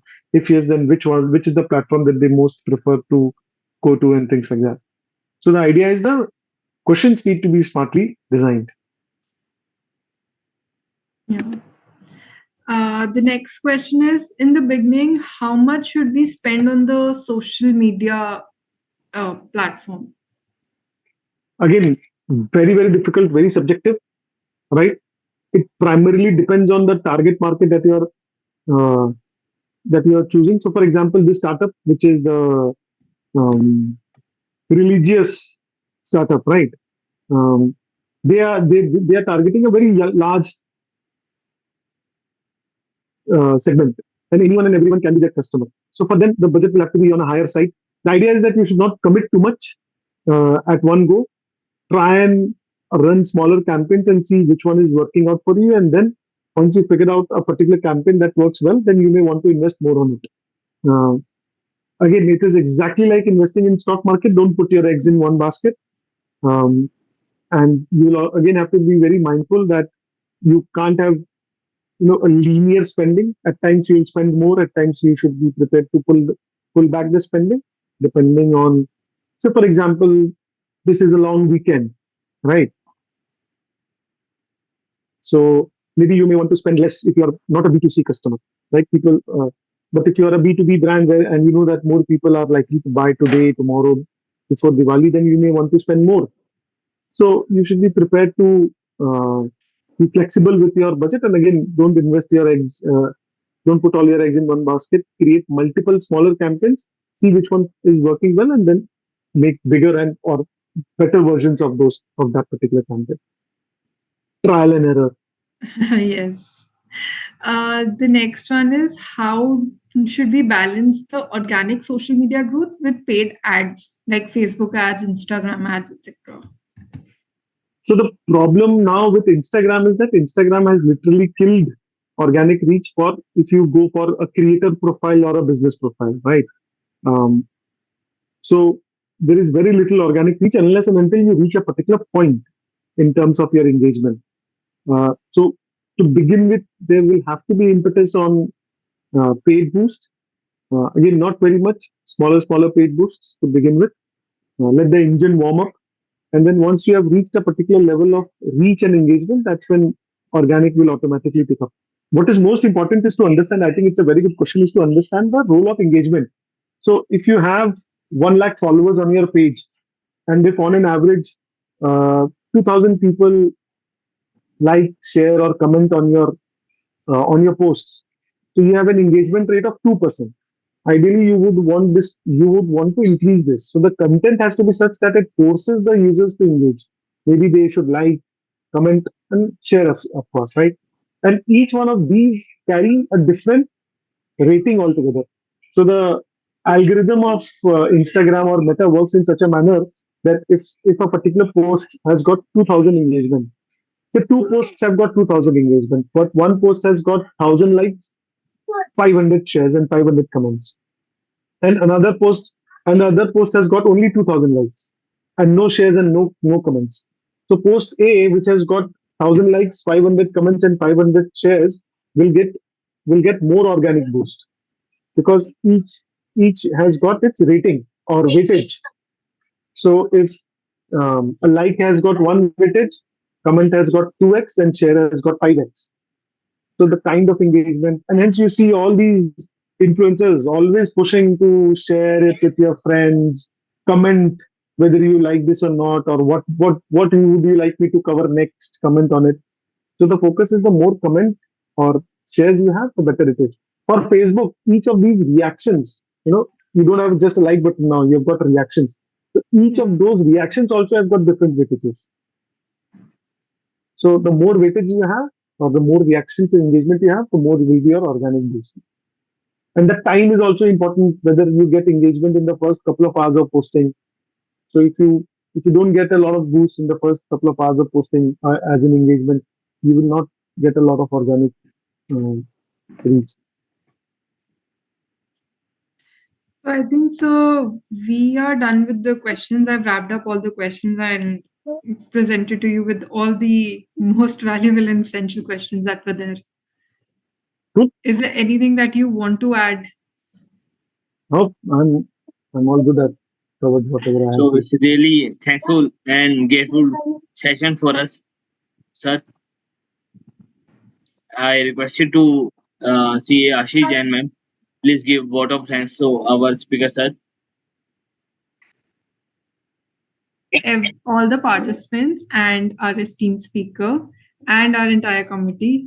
I take privilege that I'm proposing this vote of thanks to each and everyone who attended and made this webinar a success. We've learned quite a lot regarding the social media management and a lot of things which were quite new to me also.